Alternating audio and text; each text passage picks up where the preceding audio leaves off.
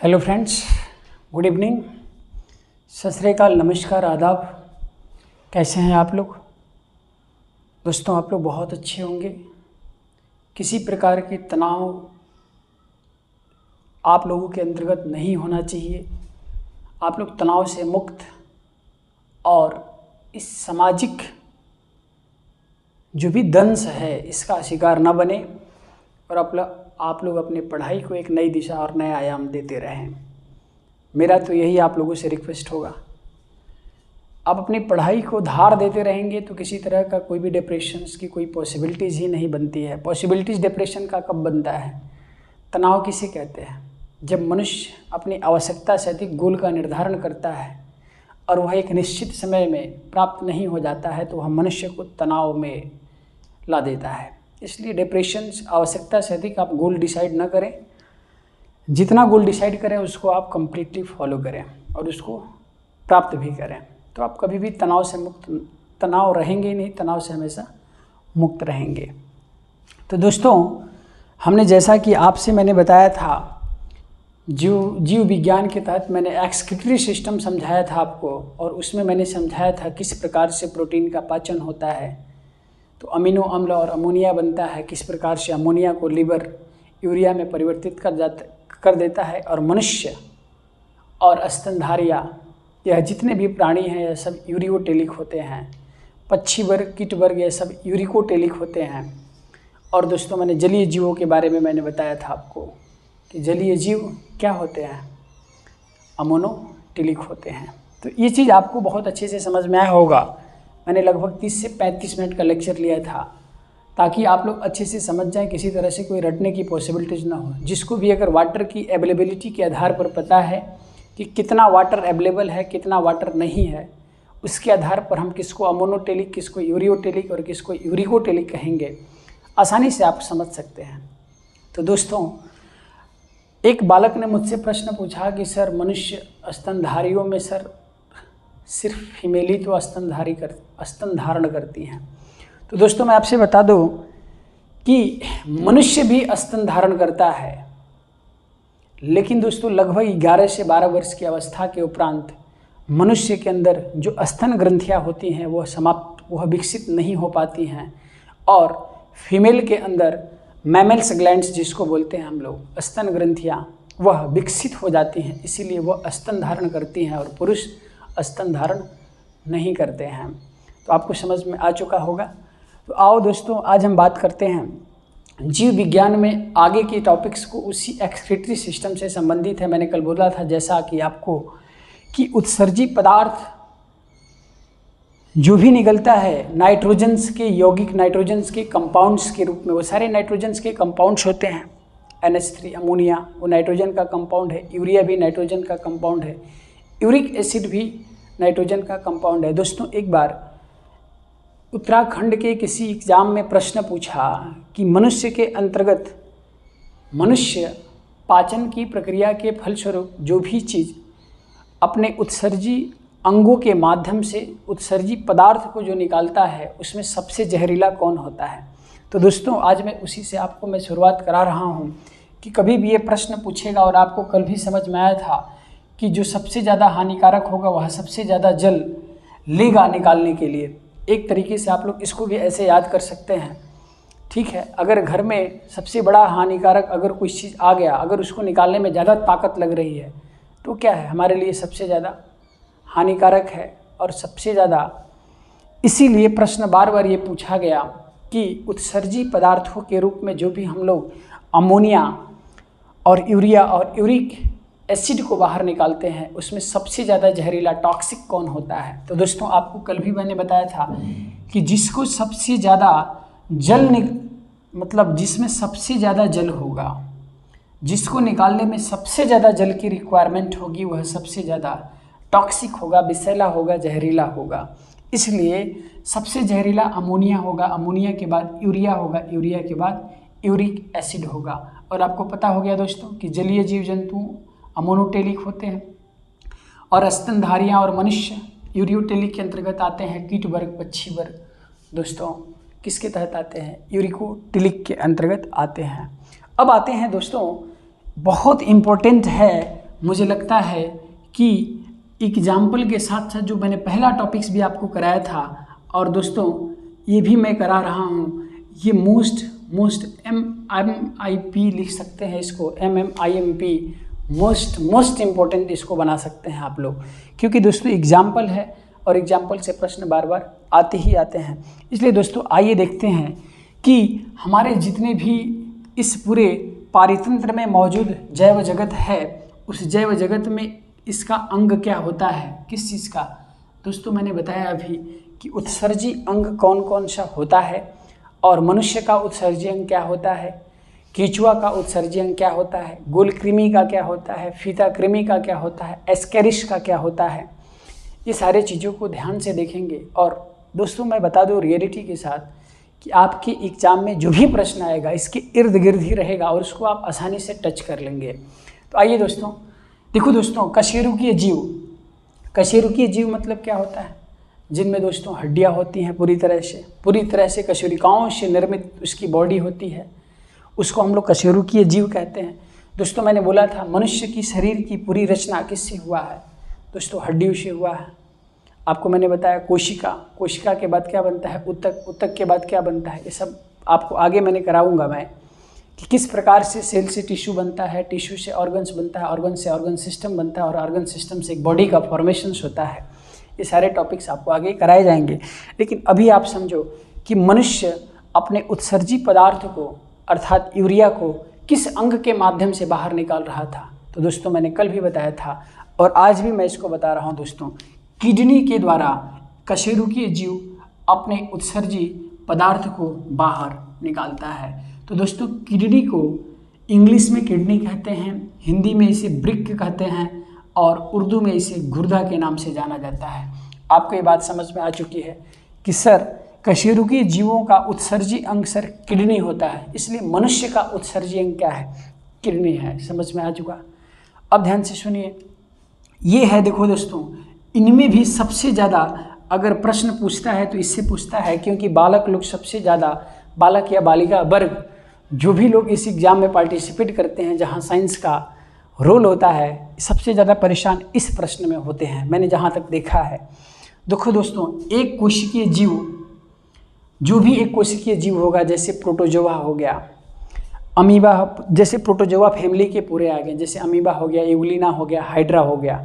याद रखिएगा, मैं बहुत ही आप लोगों को सजगता के साथ आपको सतर्क कर रहा हूं कि इस प्रश्न को रटने की कोशिश मत करिएगा। दोस्तों कशेरुकीय जीव जैसे मनुष्य का उत्सर्जी अंग क्या होता है, किडनी होता है, वैसे ही दोस्तों एक कोशिकीय जीवों का उत्सर्जी अंग होता ही नहीं है, अनुपस्थित होता है। इसलिए यह प्रश्न पूछता है और उसमें ऑप्शन में कुछ भी दे देता है बच्चा, ट्रिक लगा के उसमें नॉन ऑफ दिस दे देता है। बच्चा सोचता है अरे यार कुछ ना कुछ तो होगा ही। इसलिए दोस्तों इसका ज़्यादातर आंसर मैंने जो भी देखा है अभी तक, ऑप्शन में हमेशा ये सब रहा, जैसे नेफ्रिडिया रहा, कहीं कहीं फ्लेम सेल रहा, कहीं ग्रीन ग्लैंड रहा, तो लोगों को लगा कि उनमें से कुछ ना कुछ तो होगा ही। लेकिन आपको ये बात अवश्य मतलब बिल्कुल ध्यान से समझना पड़ेगा कि कौन सी ऐसा जीव है जिसका उत्सर्जी अंग होता ही नहीं है। तो दोस्तों वह सारे एक कोशिकीय जीव होते हैं जिनका उत्सर्जी अंग ही नहीं होता है, एक्सक्रीटरी ऑर्गन ही नहीं होता है। तो सर वो अपने उत्सर्जी पदार्थ को कैसे निकालते हैं। तो दोस्तों याद रखिएगा, अपने जनरल बॉडी सरफेस के माध्यम से, अपने बॉडी सरफेस के माध्यम से वह अपने उत्सर्जी पदार्थों को बाहर निकालते हैं। दोस्तों मेरा भी उत्सर्जी पदार्थ क्या है, जैसे मेरे स्किन है, स्किन के बाहर से हम क्या निकाल रहे हैं, स्वेट, पसीना निकाल रहे हैं। तो दोस्तों यह पसीना क्या है, ये भी तो मेरा उत्सर्जी पदार्थ ही है एक तरह से। बात समझ रहे हैं आप। तो उत्सर्जी अंग ये होते हैं, लेकिन मुख्य प्रकार से उत्सर्जी अंग कौन होता है, मनुष्य का किडनी होता है, ठीक है। और सहायक के रूप में त्वचा हो गया, जैसे मैंने कल लीवर भी बताया था, तो वो भी एक तरह से क्या है, सहायक की भूमिका अदा करता है, तो वो भी एक प्रकार से उत्सर्जी अंग ही माना जाएगा। इसलिए दोस्तों समझना ये चीज़ है कि एक कोशिकीय जीव का उत्सर्जी अंग होता ही नहीं है, ये अपने जनरल बॉडी सरफेस के आधार पर अपने उत्सर्जी पदार्थ को अपने शरीर से बाहर निकालता है। बात समझ में आ चुका होगा। तो दोस्तों देखो, सबसे बड़ी बात है कि एक कोशिकीय जीवों का जब मैं आगे पढ़ाऊँगा, जब इसका विभाजन कराऊँगा, फाइलम जो भी हमारे संघ हैं उनका जब मैं आपके समक्ष जब विभाजन प्रस्तुत करूंगा तब आपको बहुत अच्छे से समझ में आएगा। अभी इस चीज़ से आप बिल्कुल ही हताश मत होइएगा कि सर इतना टप टप नाम ना याद कैसे होगा। तो मेरे दोस्तों मैं आपको बता दूं रियलिटी के साथ कि एक कोशिकीय जीव किसके अंतर्गत आते हैं।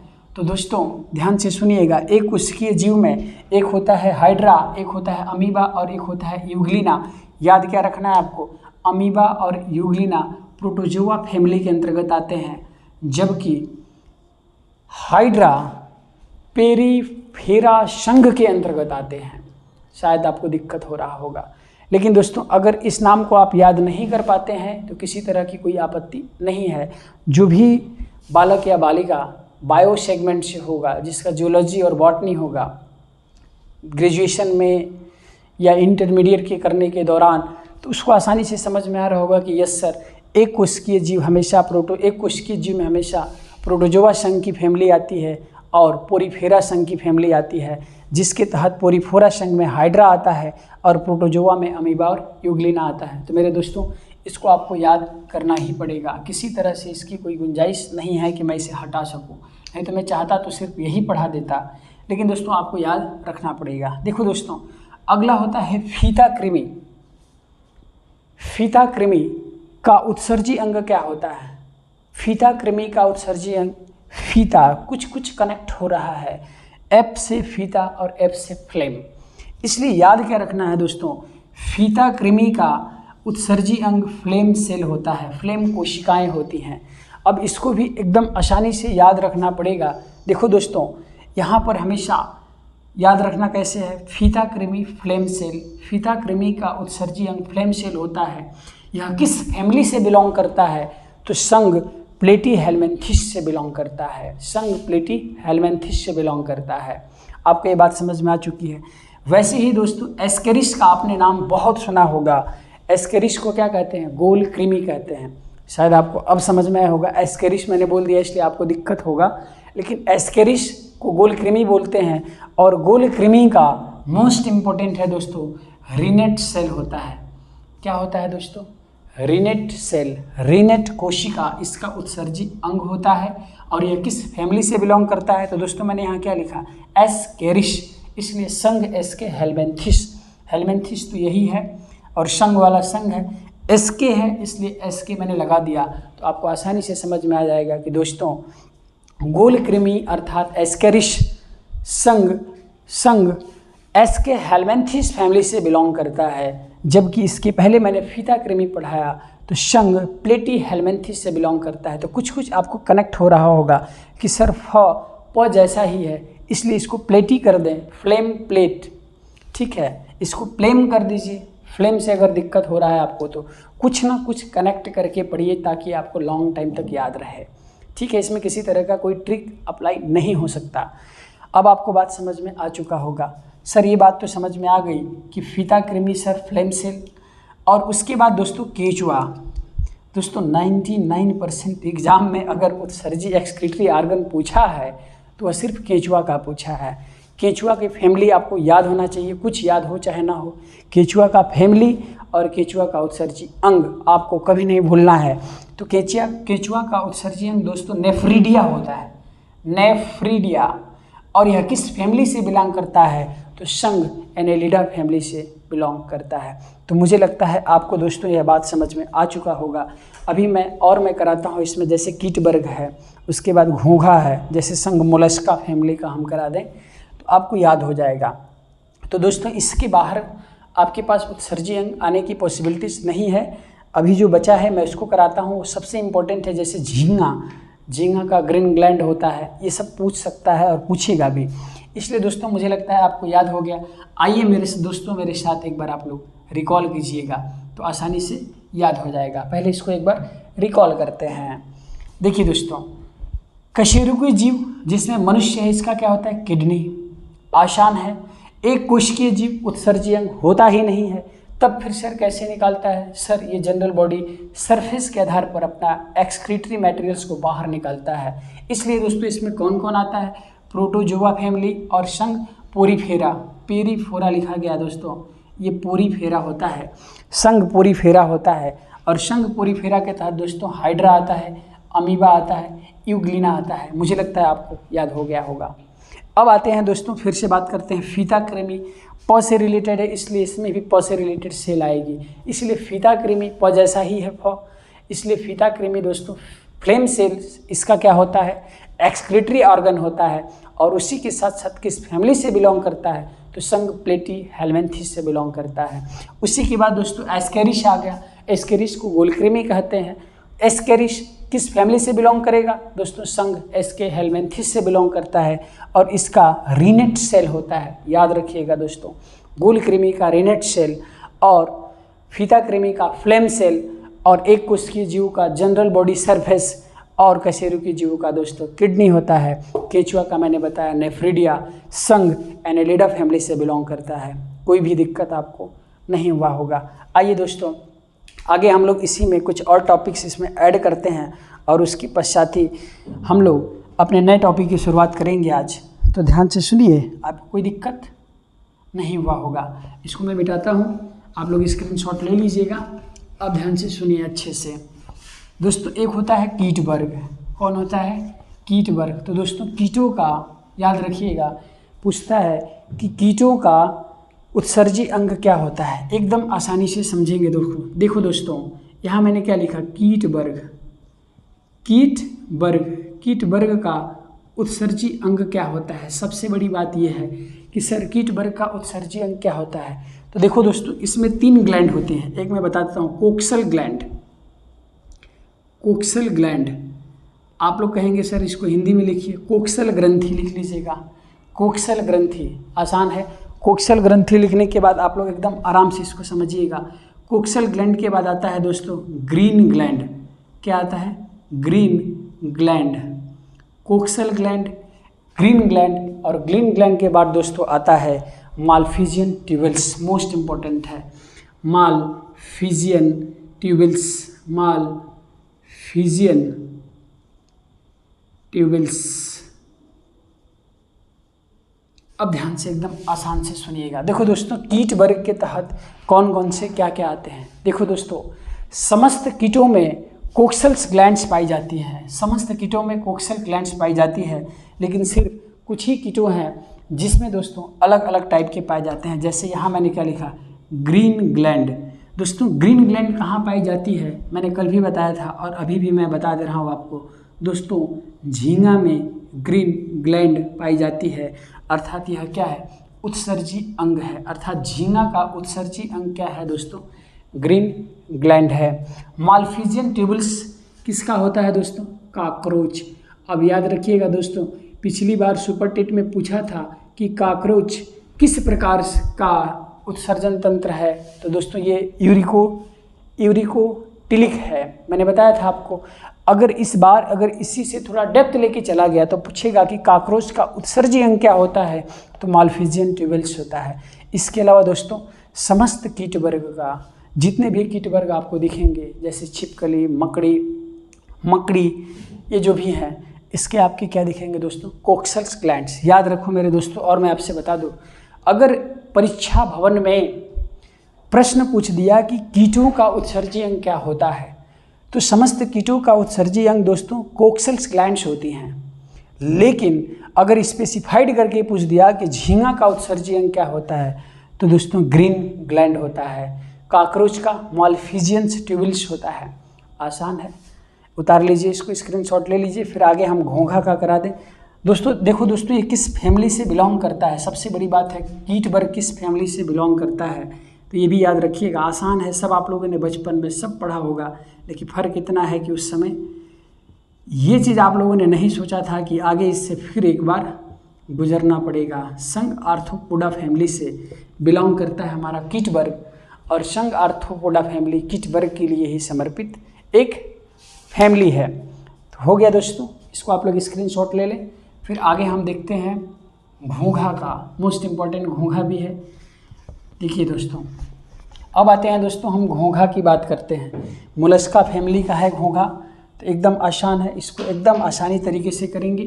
देखो दोस्तों, यहाँ मैंने क्या लिखा, घोंघा। ये घोंघा किस फैमिली से बिलोंग करता है, तो सबसे पहले इसकी फैमिली लिख लेते हैं दोस्तों। यह संघ मोलस्का फैमिली से बिलोंग करता है, संघ मोलस्का फैमिली से बिलोंग करता है। तो आपको इसका साथ साथ फैमिली भी पता चल जा रहा है और साथ साथ इसका उत्सर्जन अंग भी पता चल जा रहा है और साथ साथ ये भी पता चल जा रहा है दोस्तों कि ये क्या है। ये बात समझ में आ चुकी? बोलिए मेरे बात। तो देखो दोस्तों, इसका उत्सर्जी अंग क्या होता है, सबसे इम्पोर्टेंट है कीवर्स ग्लैंड्स। कीवर्स ग्लैंड्स, अभी मैंने आपको बोला कोक्सल्स ग्लैंड्स दोस्तों किसके लिए होता है, कोक्सल्स ग्लैंड्स किसके लिए होता है, कीट वर्ग के लिए होता है। मॉल्फिजियन ग्लैंड्स किसके लिए होता है, काकरोच के लिए होता है। आपको ये बात तो मैंने भी समझाया, अभी आपको समझाया ना, किसी तरह से कोई दिक्कत तो नहीं होगा। ग्रीन ग्लैंड किसके लिए होता है दोस्तों, झींगा के लिए होता है। मैंने कितनी बार बोला दोस्तों कि ग्रीन ग्लैंड झींगा के लिए।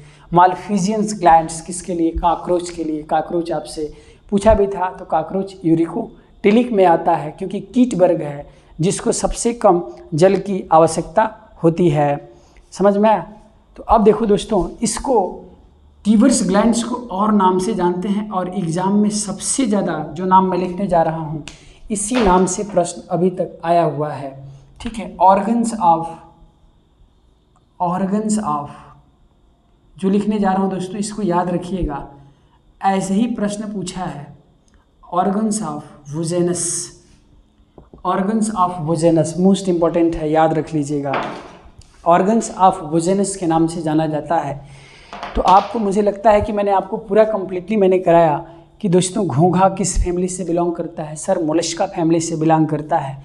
केंचुआ किस फैमिली से बिलोंग करता है, तो सर एनेलिडा फैमिली से बिलोंग करता है। सर गोल कृमि अर्थात एस्केरिश किस फैमिली से बिलोंग करता है, सर संघ एस्के हेलमेंथिस फैमिली से बिलोंग करता है।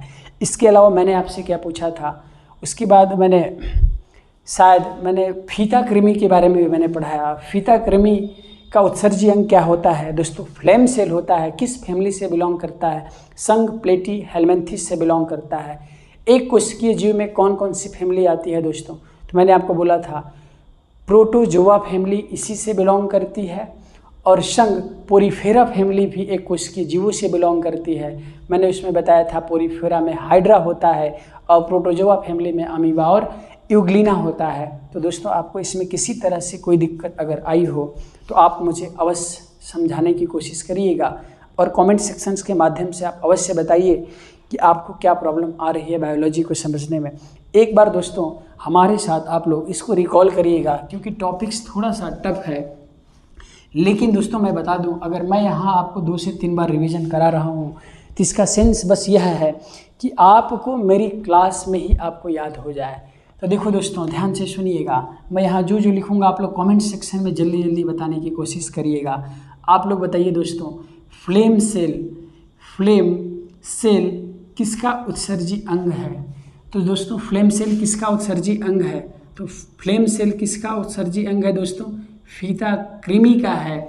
और ये किस फैमिली से बिलोंग करता है दोस्तों, तो यह संघ प्लेटी हेलमेंथिस से बिलोंग करता है। फ्लेम सेल आपको समझ में आ चुका होगा दोस्तों। जनरल बॉडी सरफेस के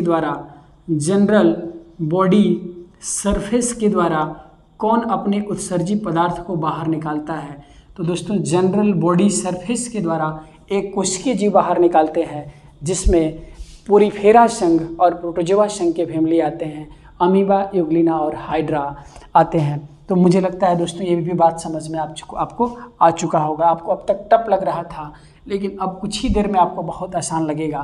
दोस्तों केंचुआ का आप मुझे बताइए कि केंचुआ का उत्सर्जी अंग कौन होता है, तो दोस्तों बहुत आसान है, ये क्या होता है, नेफ्रीडिया।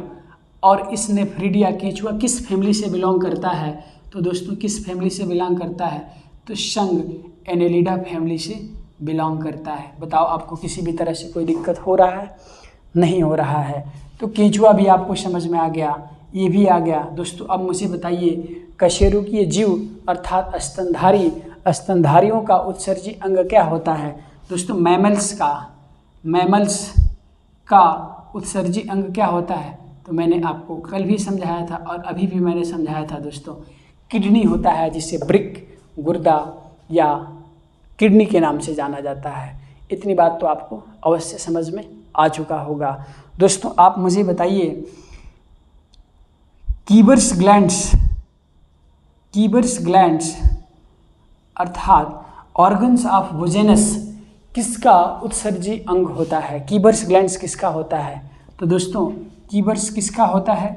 ऑर्गन्स ऑफ वोजेनस किसका होता है? इसी को क्या कहते हैं दोस्तों दूसरे नाम से? ऑर्गन्स ऑफ वोजेनस। ये किसका होता है दोस्तों? ये दोस्तों होता है घोंघा का। और घोंघा किस फैमिली से बिलोंग करता है? तो दोस्तों मोलस्का संघ का एक जंतु है। आपको समझ में आ चुका होगा। और आगे उठा लेते हैं दोस्तों, आप मुझे बताइए कोक्सल्स ग्लैंड्स किसकी है? कोक्सल्स ग्लैंड्स किसकी है? जल्दी जल्दी बताइए, कोक्सल्स ग्लैंड्स किसकी है उत्सर्जी अंग?